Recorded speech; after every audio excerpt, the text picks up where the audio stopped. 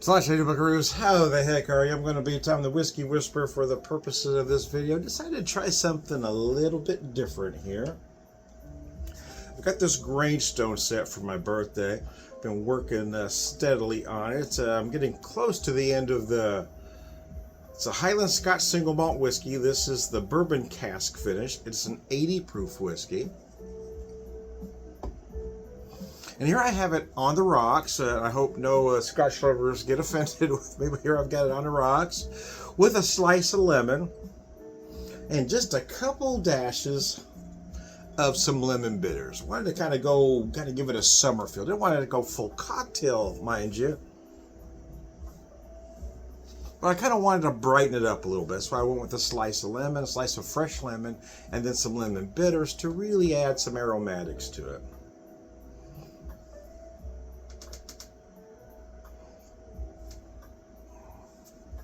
Gosh, that's nice. You know what? I'm starting to become a Scotch drinker, I guess. I've been trying more. So, I mean, I've dabbled over the years, but I've always gone back to Irish whiskey or bourbon. Those seem to be my home run swing. But lately, I've been trying more Scotches due to some friends, and I've been enjoying them more. Then I got this set for my birthday. I will tell you that I tend to gravitate more towards the Highland, but I've had a couple Isleys recently that I really liked. But I do kind of, I guess I prefer the Highland so far. Although I feel like my tastes are changing a little bit here.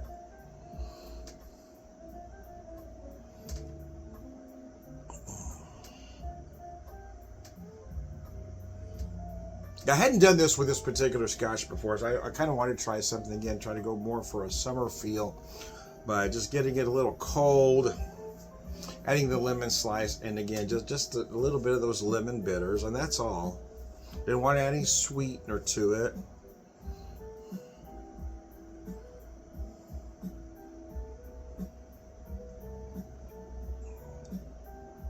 But I gotta tell you, this is rather enjoyable. You get those light smoky peat notes in there.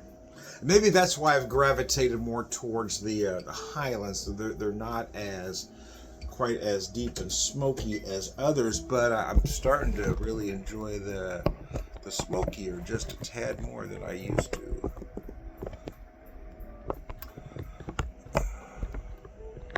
Adjust my camera slightly there now. I got a little too much there now. I can't seem to get it right today for some reason. I got my stand all messed up and I can't get my angle quite right for some reason. Can't get that damn angle right now. There we go. You know, I'm not really in this pub. I was trying to set a mood though, having the Scotch, you know. There we go.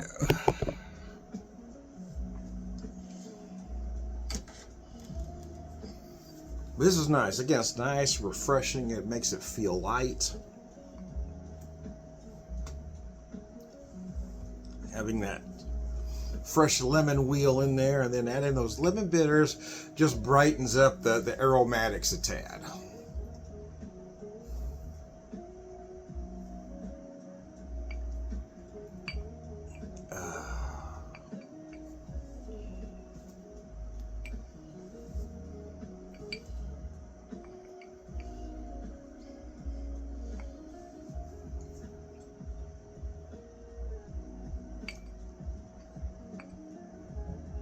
But you don't want too much water to get in here, right? You don't want too much melt going on, but a little bit is nice. A little bit gets it cold, a little bit of water really softens it up, brings those sugars to the surface.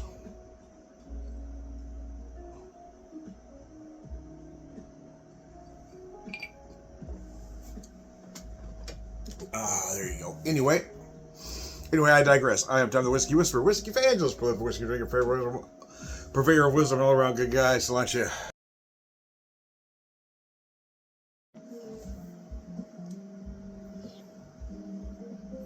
Hey, Slanche do Buckaroos, and how the heck are you? I am Tom the Whiskey Whisperer, well, at least for the purposes of this video. Anyway, there's a lot of personalities going on up there. We're not going to pigeonhole myself. We don't need labels. Why does everything have to be labeled? It's an old people thing. Us old people think everything has to be labeled. Younger folks don't seem to think so, and I think they got something, but us older folks, we want to label everybody and everything. Some people, some things, not everything should be labeled. Not everybody is pigeonholed into one particular thing. And that's one thing I think a lot of older folks are having a hard time letting go is, just because that's the way things have been done doesn't mean it was the right way. We want to hang on to the past like it was magical while we're remembering the good stuff and forgetting the horrible things, right? There were some good things that happened way back. Our country certainly did some good things, but we also did some bad things along the way. And everybody wants to seem to forget those bad things and just hang on to, but this was magical. It was like this. Yeah, but there was also this.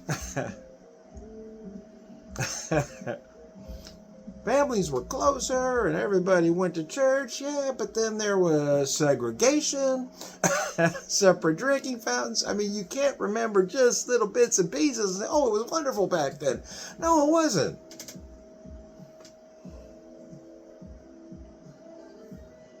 Women couldn't have their own bank account.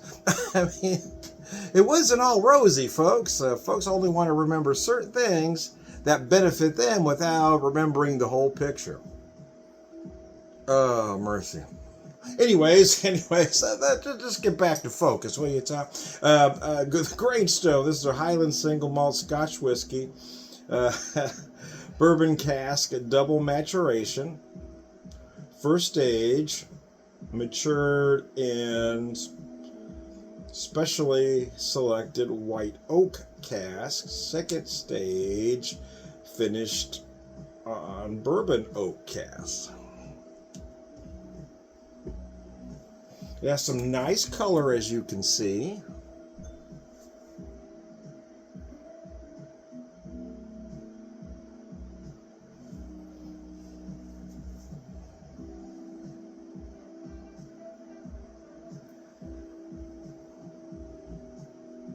Gosh, this is nice.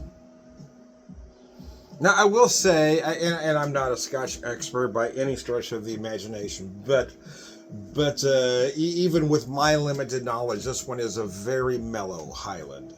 And Highlands seem to be a little more balanced than most. Not quite as smoky. But this one is on the mellow side, I'm going to say. But the smoke is there, don't get me wrong. It's just others that I've had, again, this one just seems on the mellow side. It's a nice, kind of a starter Scotch, if you will. Kind of a nice beginner, a nice place to start.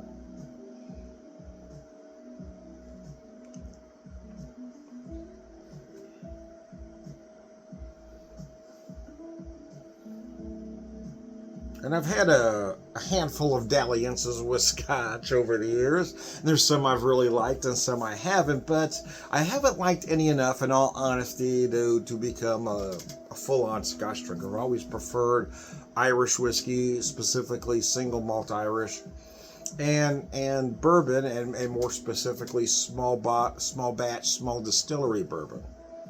And lately, I've really gotten into that American single malt whiskey category, which I find incredibly enjoyable.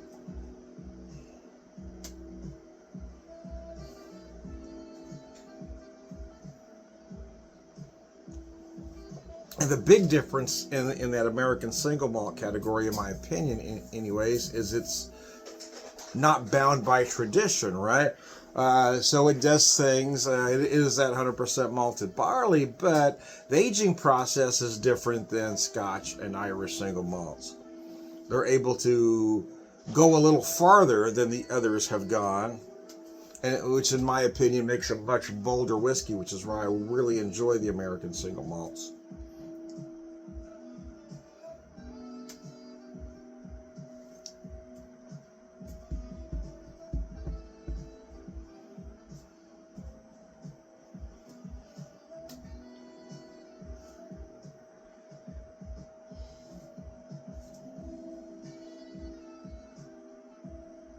Just a hint of spice at the end. You get those barrel notes, right? That white oak, and again those bourbon casks will give you those spice notes. And maybe a tad more vanilla than your typical Scotch would have.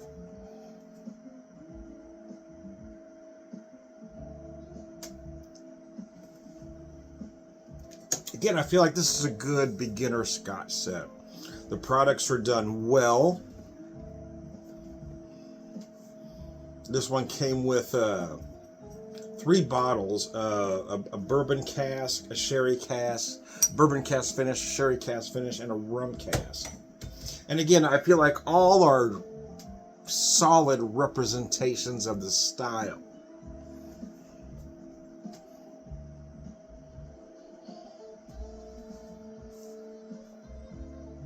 They may be a little too soft or mellow for seasoned Scotch drinkers, but like I said, I feel like they're a good place to start.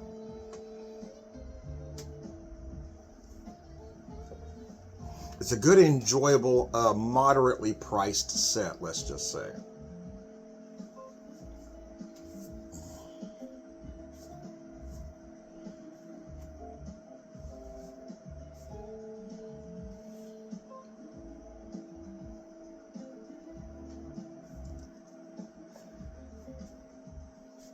I'm going to get a nice background there, make you think I'm sitting in a nice old school club with the leather chair in the back. You got the whiskey lit back there. Trying to set a mood. You know, I'm not really there, right? It's just my television set with the canned jazz in the background. Just trying to set a mood. Just relax. Enjoy the whiskey, man. Take it easy. Take a load up.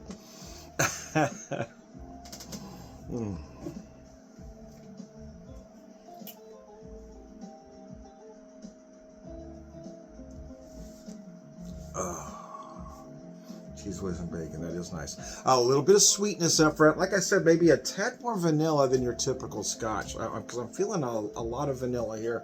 Not quite bourbon, but yeah, but a nice amount of vanilla running all the way through. That kind of mellows everything out. And then nice note of those nice barrel notes at the end, providing just a little spice. And I feel like that kind of balances those smoky notes.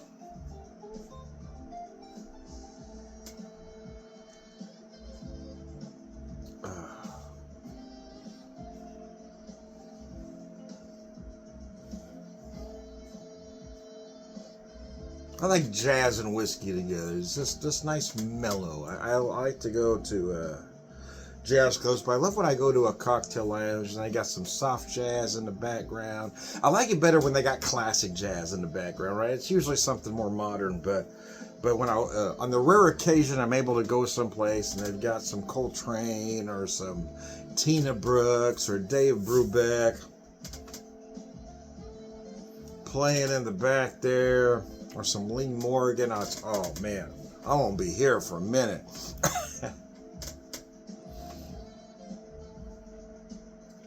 I also feel like I drink slower when those things are playing, so maybe that's why a lot of places don't. People are relaxed, they're not knocking back fast. Yeah, because you're relaxed, you're feeling good. Those artists that I mentioned, their songs kind of set a mood. They're happy, they're relaxful.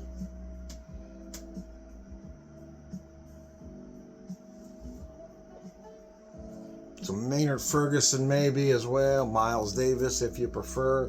Crazy, but yeah, that's why I like artists like I mentioned earlier, Coltrane, Tina Brooks, Lee Morgan, because they're like this. Miles Davis I like, don't get me wrong, but it's a little more hectic, right?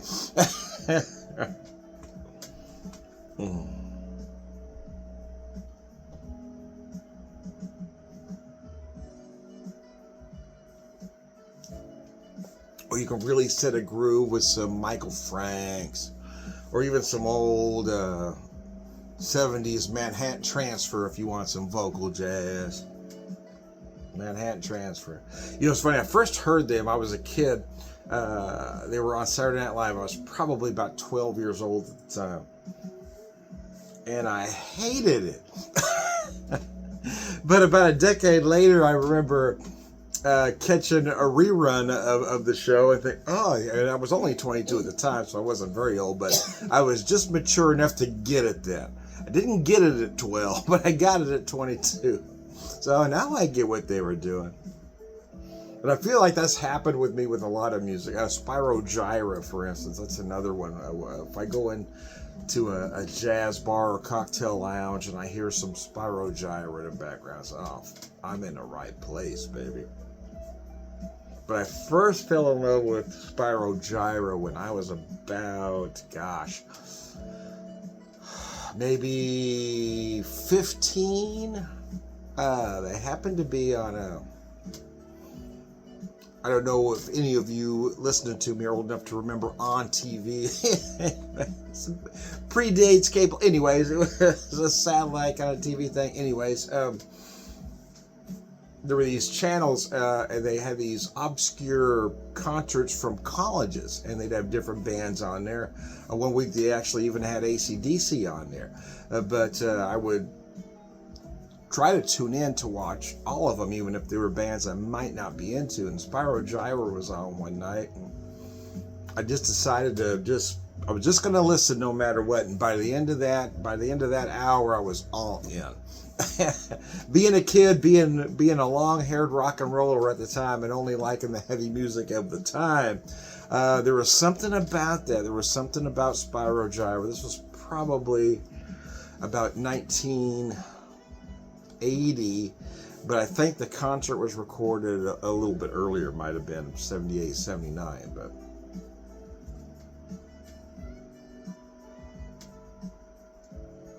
But wow, there was something about it. I wasn't digging it at first. I'm gonna be honest, I wasn't. But then I was kind of a wannabe keyboard player at the time. And the more I paid attention to what all the musicians were doing, I thought, oh, okay, now I'm starting to get it. I'm starting to see the key changes, the signature changes. So, oh, now I see. Okay, we didn't get it right away, but by the end of that show, of course, we couldn't record stuff, right? But when they did a rerun of that show again, man, the second time I just paid attention all the way through. Oh man. But there's something about cocktails and even drinking whiskey neat where jazz is just right. I love the cocktail lounges that are smart enough to get that. However, here's the however. However, is I'm old. Right? And most cocktail lounges now, they're not catering to 60. They're catering to the 20 to 30 something crap. Or maybe even the 40 something. And they may be wanting something different. But I really believe if these places just played artists like Tina Brooks, just put on a random mix, hit your Spotify, just put in Tina Brooks and just let it play whatever. You're going to get some Lee Morgan in there. You're going to get some Coltrane in there.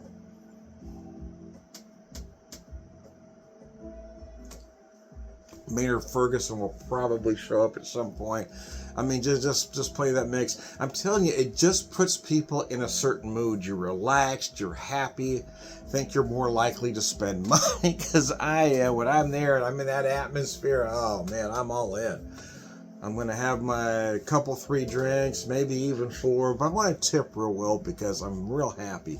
The whiskey or the cocktails were incredible, but more than that, it was the atmosphere, right? The atmosphere was amazing. We got one cocktail, I got a particular cocktail lounge I was going to say in town, but in a suburb of Springfield, if you will. Out in Republic, called Miss Boston's, and they do some nice work. But it's not only that their cocktails are fine, but they set a nice atmosphere, and the bartenders are just spot on.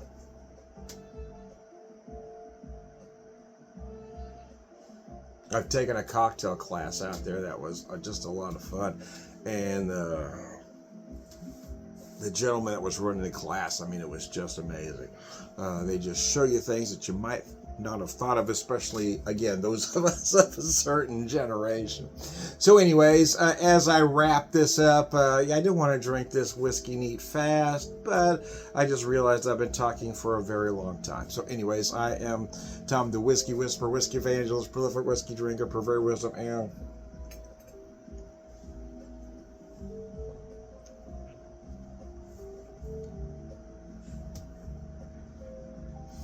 all around good guy. Sláinte.